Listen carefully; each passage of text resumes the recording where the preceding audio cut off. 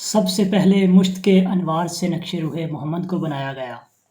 سب سے پہلے مشت کے انوار سے نقش روح محمد کو بنایا گیا، پھر اس نور سے لے کر کچھ روشنی سے بزم کونین کو سجایا گیا۔ السلام علیکم دوستو، امید ہے آپ سب خیریت سے ہوں گے۔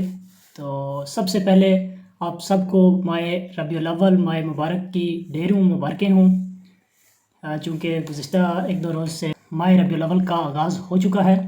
آج ہم رحمت للعالمین، خاتم النبیین، آقا دو جہاں، رسالت مآب جناب حضرت محمد صلی اللہ علیہ وآلہ وسلم کا کچھ ذکر و اذکار کریں گے۔ آپ صلی اللہ علیہ وآلہ وسلم کی ولادت 12 ربیع الاول 571 عیسوی میں ہوئی۔ بہار کا موسم تھا، سوموار کا دن تھا، اور آپ صلی اللہ علیہ وسلم کے والد کا نام حضرت عبداللہ تھا، جو کہ ان کی پیدائش سے پہلے ہی وفات پا گئے تھے۔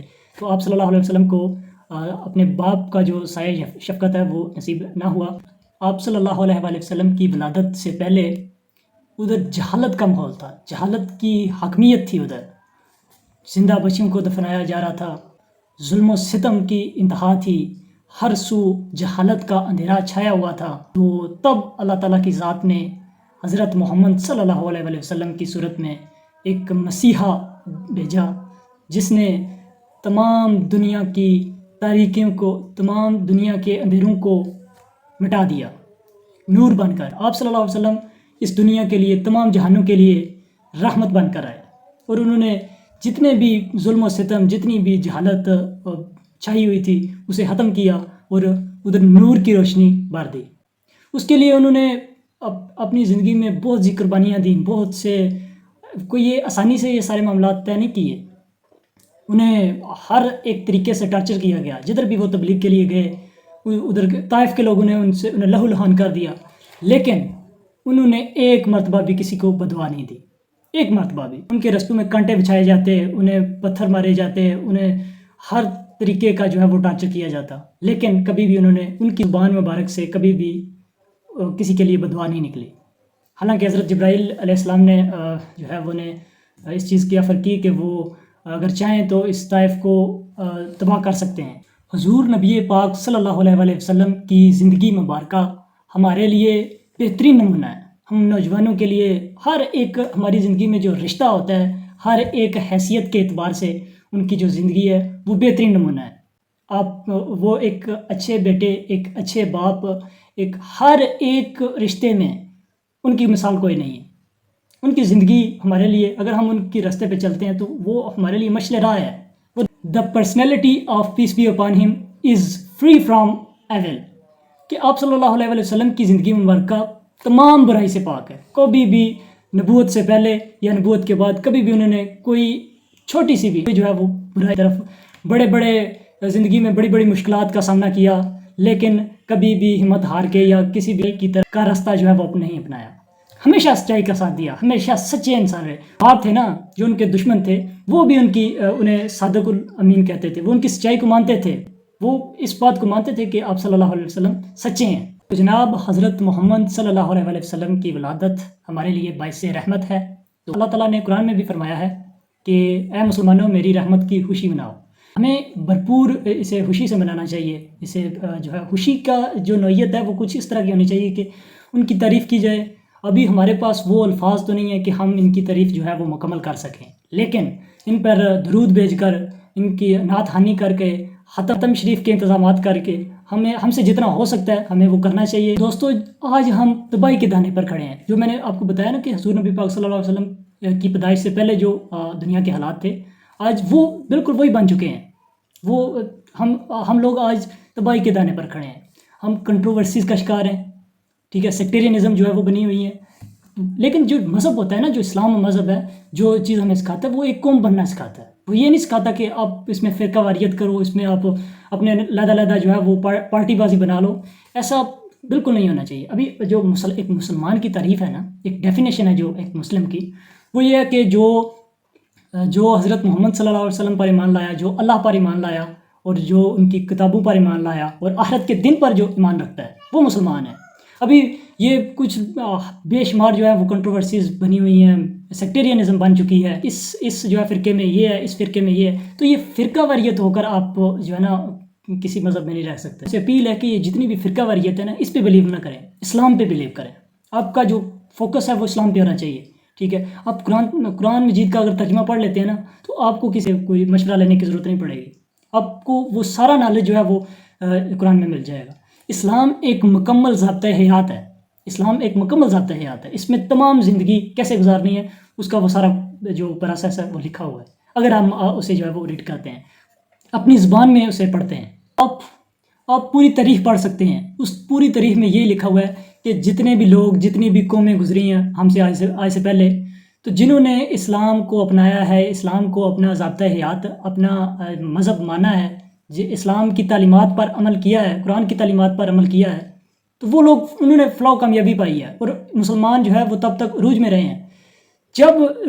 جب مسلمانوں نے غفلت کی ہے اس چیز سے، قرآن پاک کو چھوڑ دیا، اسلام کی جتنی بھی تعلیمات ہیں انہیں چھوڑ دیا، انہیں رد کر دیا، تو وہ زوال کا شکار ہوئے. آج بھی وہی حالات ہیں. آج اگر پسماندگی کا شکار ہیں یا جتنے بھی حالات بنے ہوئے ہیں، اگر ہم قرآن پاک کی تعلیمات کے مطابق اپنی زندگی نہیں گزارتے تو ہم ناکام کوششوں میں مصروف ہیں. جتنے بھی ہم کہہ رہے ہیں نا کہ ہم کامیابی کے لیے کوشش کر رہے ہیں، وہ تمام کوششیں جو ہیں وہ فضول ہیں، ناکارہ ہیں. جب بھی کسی قوم نے اسلام کی تعلیمات پر عمل کیا ہے اس نے عروج پایا ہے. جب وہ اس سے غافل ہوئی ہے، اس نے غفلت کی ہے، تو وہ زوال کا شکار ہوئی ہے. ہمیں آج یہ چیز سمجھنے کی ضرورت ہے، بہت زیادہ ضرورت ہے کہ ہم قرآن پاک کی تعلیمات پر عمل پیرا ہوں تاکہ ہماری جو زندگی ہے اس میں کچھ بہتری آ سکے. جو بندہ قرآن کی تعلیمات پر عمل کرتا ہے وہ اس دنیا میں بھی اور آخرت میں بھی، دونوں جہان میں جو ہے وہ کامیابی پاتا ہے. حضرت محمد صلی اللہ علیہ وسلم نے اپنی پوری زندگی میں نوجوانوں کو بڑی اہمیت دی ہے، بڑی جو ہے وہ قدر دی ہے، بڑی قدر کرتے تھے، بڑا اعتماد کرتے تھے اپنے نوجوانوں پہ. ان کا ماننا یہ تھا کہ کسی بھی قوم کی ترقی یا تنزلی کا انحصار جو ہے وہ نوجوان نسل پر ہوتا ہے. نبی پاک صلی اللہ علیہ وسلم بحیثیت نوجوان بہامنی اور سرگرم تھے. ان میں جوش تھا، وہ جو ان کے پاس ان میں جوش تھا وہ جہالت کے اندھیروں کو مٹانے کا تھا. انہوں نے بڑی اپنی جو جتنی بھی جوانی ہے وہ پاک دامنی اور معصومیت میں گزاری. ان کی جوانی جو ہے وہ بڑی مثال ہے ایک پاک دامنی اور معصومیت کی. جوانی میں ہمیشہ پاک دامنی کو بڑی اہمیت دیتے تھے. وہ کیونکہ حدیث بھی ہے کہ اگر تمہیں شرم نہیں تو تم جو چاہے وہ کرو. اس کا جو مفہوم ہے وہ یہ ہے کہ اگر آپ میں شرم نہیں ہے، آپ میں غیرت نہیں ہے، تو وہ بندہ جو کچھ بھی کر سکتا ہے. لیکن جس میں اس چیز کی ریسٹرکشن ہے کہ شرم کیا ہوتی ہے، حیا کیا ہوتی ہے، غیرت کیا ہوتی ہے، تو وہ ان چیزوں کو دیکھتا ہے. وہ اس کے لیے وہ جتنا اسے لڑنا پڑے، جو اس چیز کو بچانے کے لیے، اپنی شرم کو، اپنی غیرت کو بچانے کے لیے وہ بہت کچھ کر جاتا ہے. آپ صلی اللہ علیہ وسلم نے ہمیشہ سادگی کی زندگی گزاری، کفایت شعری کی زندگی گزاری. کبھی بھی فضول خرچی یا ایسی کوئی بھی جو ہے وہ ایکٹیویٹی، ایسی کوئی سرگرمی نہیں سر انجام دی. آپ صلی اللہ علیہ وسلم نے ہمیشہ نوجوان نسل کو امت کے لیے ریڑھ کی ہڈی کی مانند سمجھا ہے. تو جب ہم جو اسلام کی تاریخ پڑھتے ہیں نا تو اس میں ہمیں پتہ چلتا ہے کہ جو پہلے امتیں گزری ہیں نا ان میں سے کوئی انسان اگر کوئی گناہ کرتا ہے تو ان کے ماتھے پہ لکھ دیا جاتا تھا، یا فوری وقت اس وقت ہی جب وہ بندہ گناہ کرتا تو اس کا عذاب بھی اسی وقت مل جاتا. لیکن حضرت محمد صلی اللہ علیہ وسلم نے ہمارے لیے، ہماری اس امت کے لیے جو ہے وہ اتنی جو مشکلیں، اتنے گڑگڑائے، وہ روئے، بہت سی اسلام میں جو ہے وہ آسانیاں پیدا کی کہ یہ کیا ہے اللہ، یہ میری امت ہے، اس پر خصوصی جو ہے وہ کرم نازل فرما. انہوں نے بڑی جو ہے وہ اپنے اللہ سے، اپنے خدا سے جو ہے وہ بڑی ہمارے لیے نماز میں جو ہے وہ کافی آسانیاں پیدا فرمائی، اور بھی کافی معاملات میں انہوں نے ہمارے لیے جو ہے وہ آسانیاں کی. ابھی یہ ماہ ربیع الاول، ماہ مبارک جو ہے وہ اس کا آغاز ہو چکا ہے. تو جتنے بھی اسکول ہیں، جتنے بھی تعلیمی ادارے ہیں، ان میں باقاعدہ طور پہ اسپیچز کا محفل جو ہے وہ، میلاد کی محفل جو ہے وہ انعقاد کیا جائے، تاکہ جو ہے وہ یہ لوگوں تک، جتنے بچوں تک انہیں اس چیز کا پتہ چلے کہ ہمارا اسلام کیا ہے، ہمارا اصل مقصد ہے، جو ہمارا علم ہے وہ اسلام ہے. جب انسان ایک بچہ ہوتا ہے نا تو اس کے اندر یہ چیزیں ڈالنا کوئی مشکل نہیں ہوتا. اگر آپ اس میں غلط چیزیں انویسٹ کر رہے ہیں، وہ آگے معاشرے کے لیے بہت بڑی جو ہے وہ مصیبت بنے گا. لیکن اگر آپ ایک بچے کی تربیت جو ہے وہ اس طرح کرتے ہیں کہ ہمارے جو رول ماڈل ہیں وہ حضرت محمد صلی اللہ علیہ وسلم ہے، کوئی جو ہے وہ کوئی انگریز نہیں جو کہ ہم نے بنا دیے ہوئے ہیں کہ وہ امیر ہونا ہے تو بل گیٹس کی طرح ہونا ہے، یہ بننا ہے تو اس طرح بننا ہے، وہ یہ ساری چیزیں نہیں.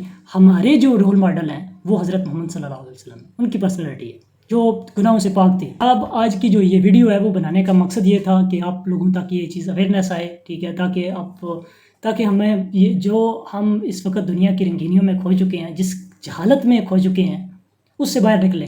یہ جو میلاد کا مہینہ ہے اس میں ہم جتنا ہو سکے اپنے بچوں کو، اپنے جتنے بھی ہمارا سرکل ہے دوست احباب کا، انہیں بہتر موٹیویٹ کر سکیں، اسلام کے بارے میں موٹیویٹ کر سکیں. تو یہ تبھی ممکن ہے جب ہر جگہ محفلیں ہوں گی.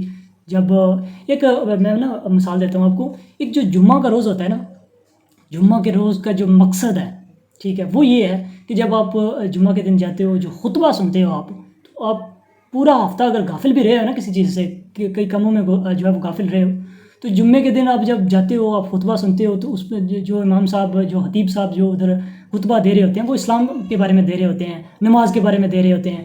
تو کہ ہمارا جو اصل مقصد ہے وہ اسلام ہے. تو جب ہم یہ خطبہ سنتے ہیں یا جب ایسی جو اسلامی باتیں ہیں وہ سنتے ہیں، تو ہمارے دل کو تسلی ملتی ہے، ہمارے دل کو سکون ملتا ہے، ٹھیک ہے.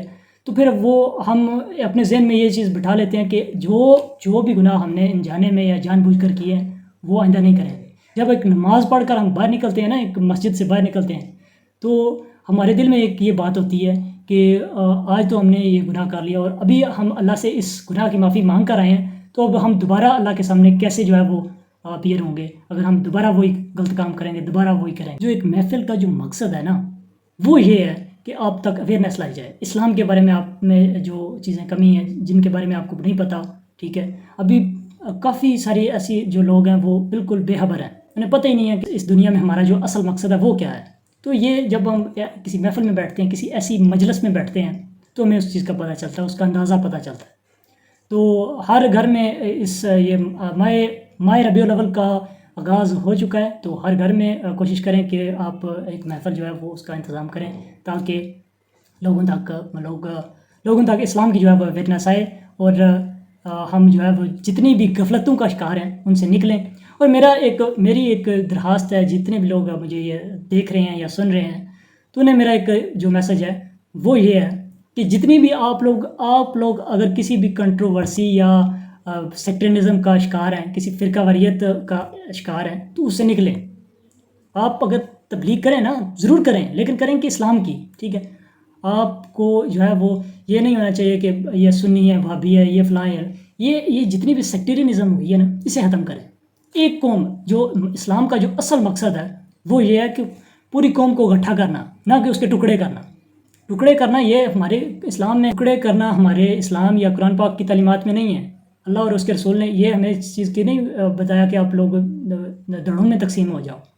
اسلام کا جو مقصد ہے وہ قوم کو ایک کرنا ہے. نبی علیہ وسلم کی شان بیان کرتے ہوئے ایک شاعر نے بڑا خوب شعر لکھا ہے کہ ان کا آنا تھا کہ جنت کے دریچے کھل گئے، ان کا آنا تھا کہ جنت کے دریچے کھل گئے، ابر رحمت اس قدر برسا کہ باغیچے دھل گئے. اس ماہ مبارک کے صدقے ہم لوگوں کی بخشش ہو سکے، ہم لوگوں کی جو ہے وہ جتنی بھی ہم غفلتوں کا شکار ہیں ان سے نکل سکیں. تو آج کے لیے اتنا ہی. بہت شکریہ. اللہ حافظ.